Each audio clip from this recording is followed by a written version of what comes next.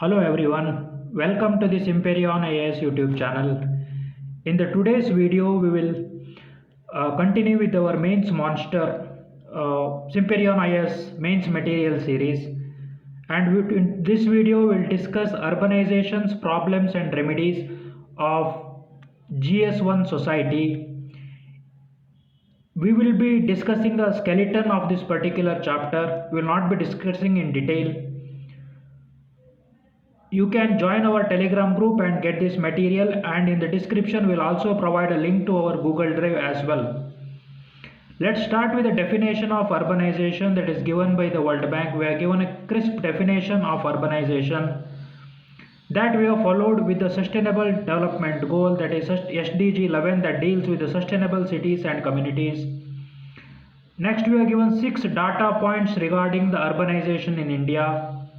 The number of people living in the urban cities, rural-urban migration, urban unemployment, urban poverty, and housing shortages in urban areas.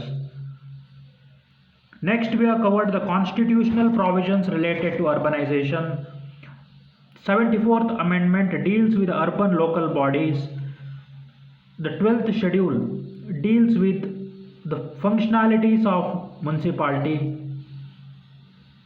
or municipal bodies, and another one point we are given, that is regarding Ministry of Housing and Urban Poverty Alleviation, which current the name of the ministry is Ministry of Housing and Urban Affairs.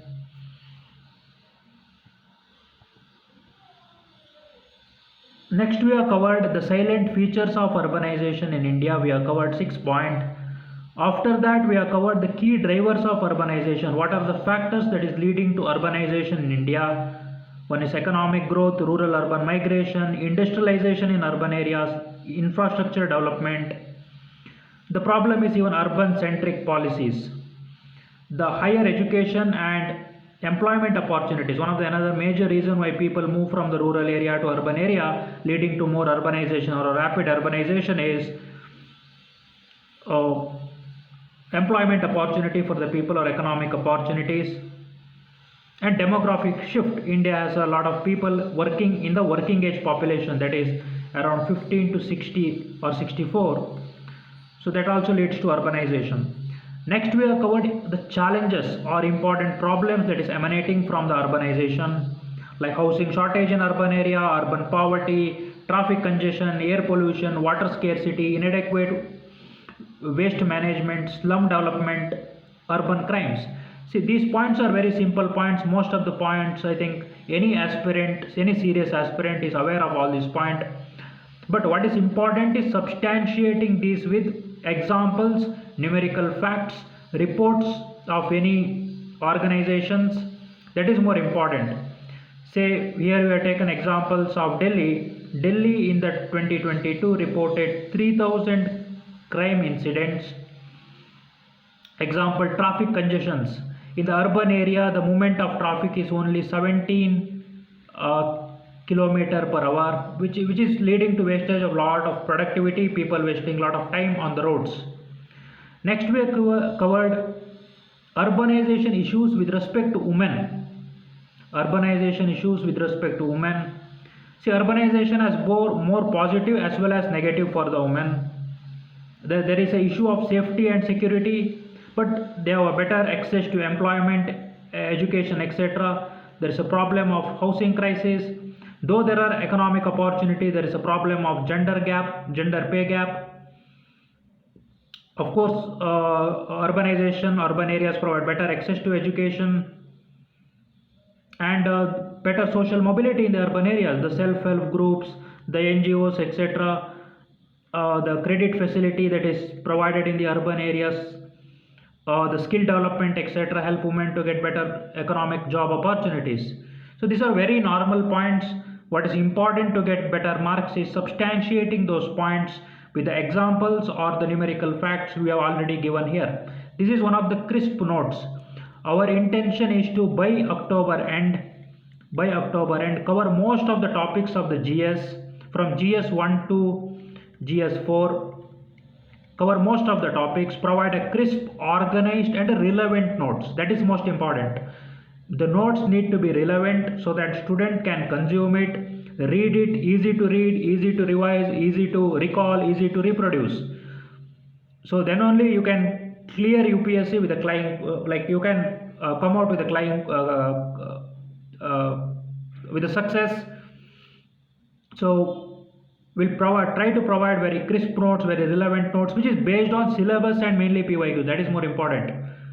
So we don't include any irrelevant content. All the things what I've included is based on just syllabus and PYQs, last 43 years PYQs. Next is impact of urbanizations. Sorry, this is not this on rural areas. It has positive and also negative. Positive is a lot of remittances sent back to the rural areas.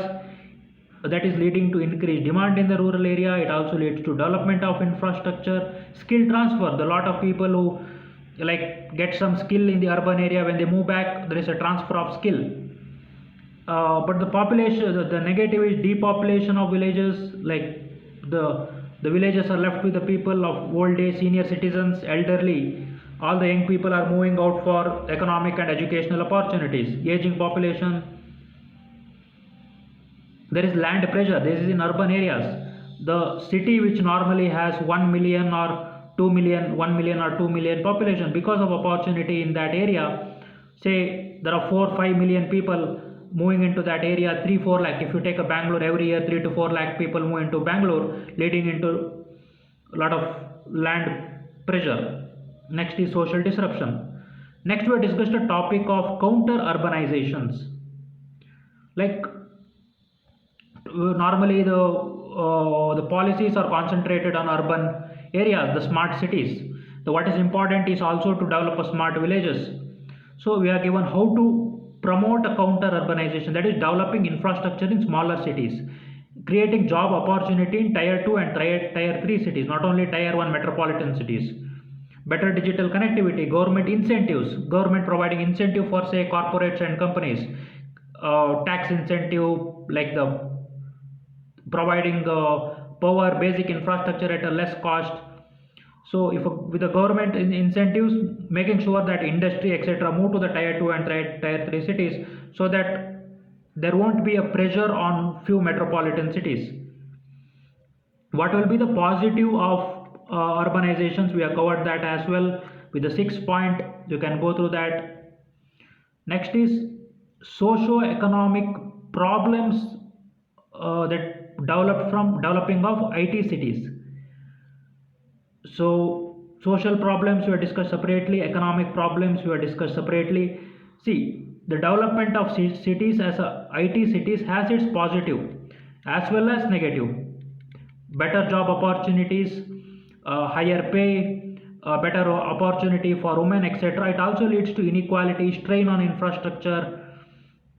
There is a housing crisis, land pressure, and dependency on the IT sectors. I think they have given examples as well, like few of the IT cities, like I think it is explained using Hyderabad examples. IT sector dominates, creating a limited job opportunities. The job that can be created by IT is very limited. In India, there is 50 to 56 lakh jobs are created in the IT. So the concentration has to be even given on other sectors like the textiles, which are more human resource intensive, so that more jobs are created. So this is a PYQ question. This question is repeated 2 times, I think once in the 2017, another time in 2019 or 2020. Same question repeated 2 times, very important. Please study this in detail. Next is the government incentives government initiatives to solve the problem of urbanization or for better urbanization or planned urbanization. Smart cities, Harry Rural Urban Mission, PM Awas Yojana, Amrut Mission, National Urban Transport Policy, National Urban Housing Fund.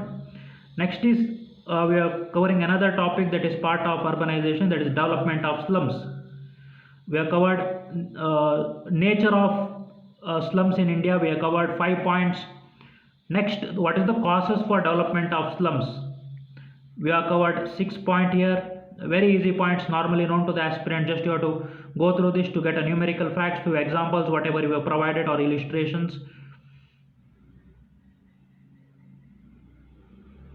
Next is socio-economic problems for development of slums. Again, social problem and economic problems we have explained in detail with the three points each. Next is way forward to solve the problems of slum development, or way forward. We are given 6 points. We are given some of the international examples as well. The examples of Cambodia we have included, the examples of Singapore we have included, and examples of Brazil we have included here. So, and also we have also included some of the best practices or successful practices in India as well. So please go through it, 6 points. Next is, it's normally even said that urbanization leads to segregation of marginalized sections, or unplanned urbanization leads to social exclusion of marginalized sections.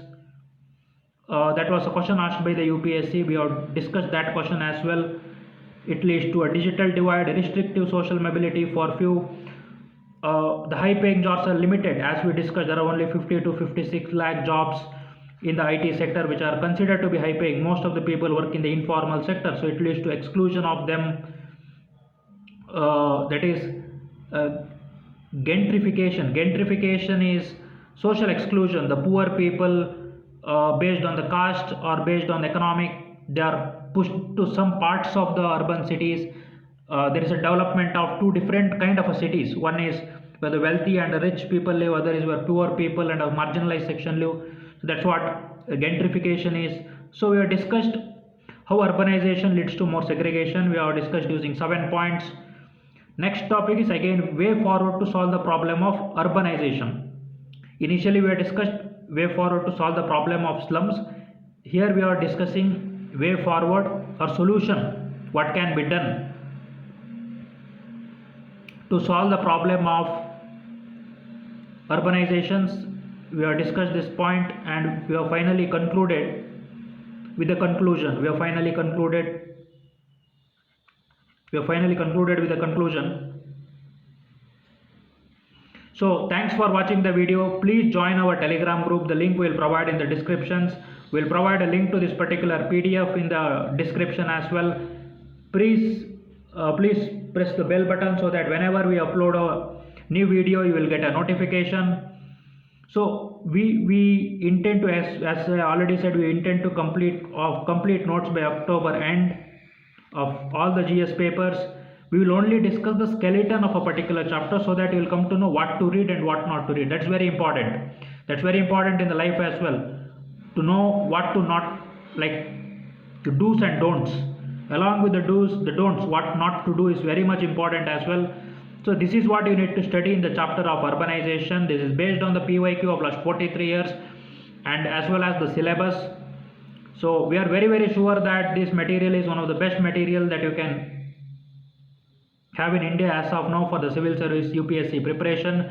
Already we have made notes on many topics like the land reforms, inclusive growth, the population related issues, regionalism, socialism and communalism.